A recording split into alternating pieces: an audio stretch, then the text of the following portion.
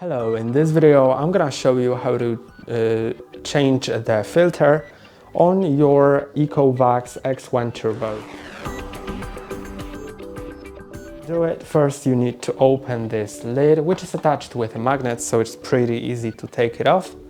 Then take the dustbin out. To do it, move the handle up, then take it out.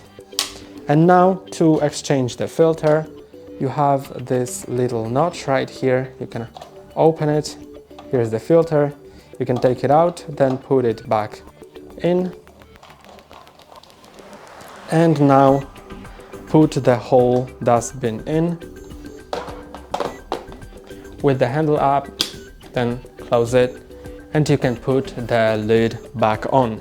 And that's all for today. Don't forget to like and subscribe. See you next time.